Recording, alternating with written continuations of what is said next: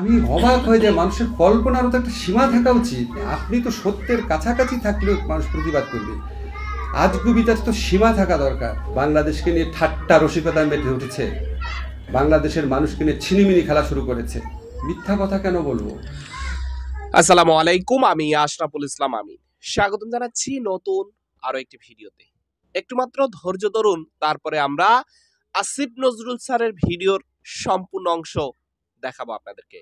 সম্মানিত দর্শক ভাইরা, এই মুহূর্তে সোশ্যাল মিডিয়াতে আলোচনা সমালোচনার এক কেন্দ্রবিন্দু হচ্ছে আসিফ নজরুলকে নিয়ে, এবং সেখানে সে আলোচনা সমালোচনা কেন তাকে নিয়ে এত, মানে এখানে বিস্তারিত অনেক কিছু বিষয় রয়েছে যেগুলো আমরা একটু তার মুখ থেকে আপনাদেরকে শোনাবো, তাহলে বিষয়টি আরো সুন্দর করে বুঝতে পারবেন।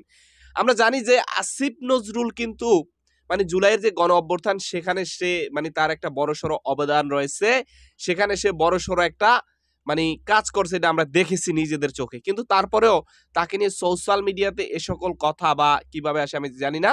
তো আসুন দেখি আমরা একটু তার থেকে ভিডিওর সামান্য অংশ দেখি। তো মূল ঘটনাটা কি সে সেখানে একটু বিস্তারিতভাবে বলেছে। একটু ভিডিওর অংশ দেখেন। মানুষকে নিয়ে ছিনিমিনি খেলা শুরু করেছে। মিথ্যা কথা কেন বলবো? আমি ডিটেইল বলবো, শুধু আপনাদের একটা কথা বলে রাখি।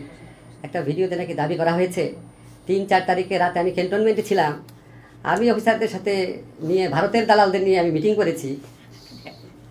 আমি অবাক হয়ে যাই, মানুষের কল্পনারও তো একটা সীমা থাকা উচিত। ৩ তারিখে মাহবুব মোর্শেদের সাথে শহীদ মিনারে সমাবেশ করার পর রাত ৯টা পর্যন্ত ছিলাম, বাসায় গিয়েছিলাম।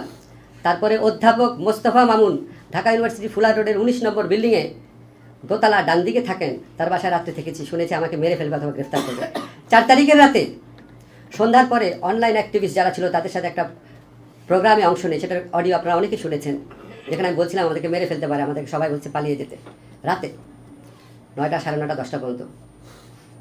তারপর আবার ওই মোস্তফা মামুন বললাম না, নাম উল্লেখ করে বললাম, ট্রিপল ইট টিচার প্রফেসর, আবার তার বাসায় ছিলাম। এখন বলেন আপনি, সব কিছু তো সীমা আছে। এখন আমরা যদি বলে আসিফ নজরুল আসলে চোখ হলো 5টা, এরকম প্রতিবাদ করে মানুষ, ভাই আমার চোখ 5টা কেন? সব কিছু তো সীমা আছে একটা।